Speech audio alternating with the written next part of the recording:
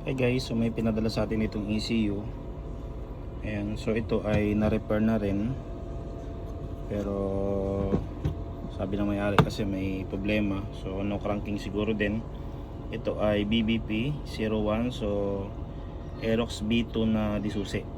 Okay. So testingin natin ngayon kung ano yung makikita nating problema dyan sa ECU. Okay. Yan.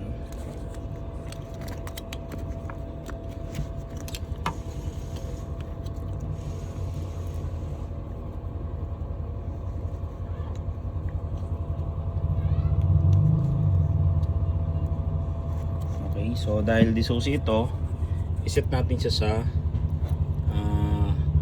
K-type. Ayun. And then on natin siya. Okay.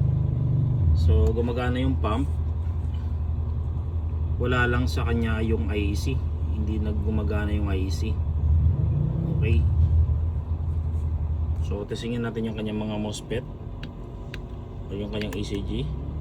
So gumagana lahat yung MOSFET nyo.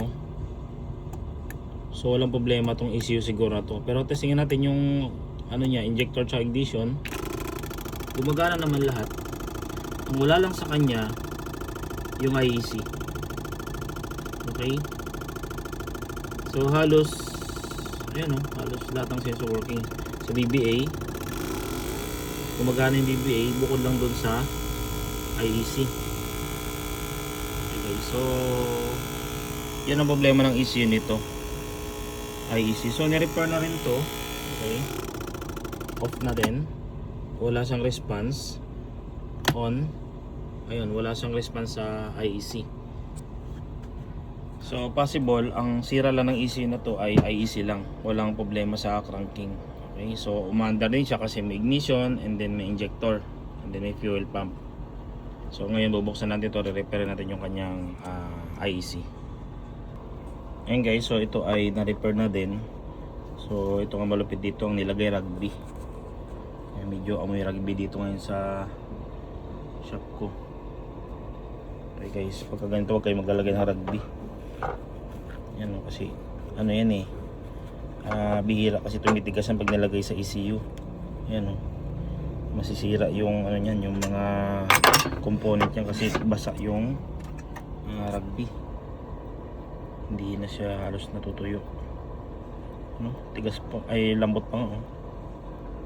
Ayan. Ang hirap pa naman din ito pagka rugby. Wait lang.